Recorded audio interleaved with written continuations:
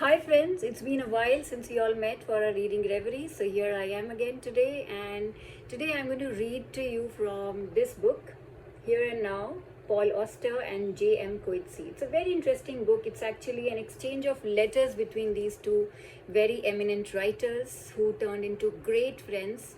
Paul Auster is an American writer, novelist, essayist, translator, and even a filmmaker. And J.M. Coetzee is one of the most decorated English writers, a Nobel laureate, won Nobel Prize in 2003. He won Booker Prize also twice, and is a very celebrated English writer. So, though these two writers, had been reading each other's books for a long time, but it was not until 2008 when they met. And a few days after that meeting, Paul Auster received a letter from J.M. Coetzee saying that, let's start exchanging letters on a regular basis. And this book, Here and Now, is a result of that proposal. These two call themselves technophobes in this digital technical era. The closest they could get to a technical digital device was a fax machine, and this can be a case of defiance against our emoticons and everything that is digital. But these are two, like old timers, trusted the magic of the written word, use of pen and paper and ink, and at the most typing on a typewriter. So they decided to exchange these letters, and for next 3 years, this epistolary exchange happened. It took place. They wrote letters. It touched subjects from sports to politics to fatherhood, incest, marriages, relationships, friendships, philosophy, politics, almost everything. The letters are very, provide us very elegant, intimate insights into these two men, and are a reflection of very, very sharp intellect. So I am a fan of this book, and it's a very delightful read. So today I'm going to read to you the first letter, which was written by Coetzee to Paul, which also provides the preface, the introduction to the book. So this is the first letter that he wrote, and there follows a series of letters after this. In response to this letter, then he receives a letter by Auster, and that's how it keeps happening. The exchange keeps happening, and it's a beautiful dialogue that takes place in form of letters. A thing of bygone era, what we've forgotten to write letters. So this maybe takes us back to that era. Let's read and see how we find it.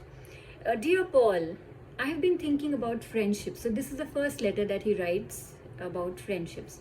How they arise, why they last, some of them so long, longer than the personal attachments of which they are sometimes considered to be pale imitations. I was about to write a letter to you about all of this, starting with the observation that considering how important friendships are in social life and how much they mean to us, particularly during childhood, it is surprising how little has been written on the subject. But then I asked myself whether this was really true. So before I sat down to write, I went off to the library to do a quick check. And lo and behold, I could not have been more wrong. The library catalogue listed whole books on the subject, scores of books, many of them quite recent. But when I took a step further and actually had a look on these books, I recovered my self-respect somewhat. I had been right, or half right after all. What the books had to say about friendship was of little interest, most of it. Friendship, it would seem, remains a bit of a riddle. We know it is important, but as to why people become friends and remain friends, we can only guess. What do I mean when I say that what is written is of little interest? Compare friendship with love. There are hundreds of interesting things to say about love. For instance, men fall in love with women who remind them of their mothers, or rather, who both remind them and don't remind them of their mothers, who are and are not their mothers at the same time. True? Maybe, maybe not. Interesting? Definitely. Now turn to friendship. Whom do men choose as friends? Other men of roughly the same age with similar interests? Say the books. True? Maybe. Interesting? Definitely not. Let me list a few observations on friendship culled from my visits to the library that I found of actual interest. So here is making a list of the observations, the insights that he found in various books about this subject, friendship. Number one cannot be friends with an inanimate object, says Aristotle. Of course not. Whoever said one could? But interesting nevertheless. All of a sudden, one sees where modern linguistic philosophy got its inspiration. 2400 years ago, Aristotle was demonstrating that what looked like philosophical postulates could be no more than rules of grammar. In the sentence, I am friends with X, he says, X has to be an animate noun. Number two, one can have friends without wanting to see them, says Charles Lamb. Now, this is interesting. True and interesting too, another way in which amicable feelings are unlike erotic attachments. Now, this is something that struck me as well. Number three, friends, or at least male friends in the West, don't talk about how they feel towards each other. Compare the garrulity of lovers.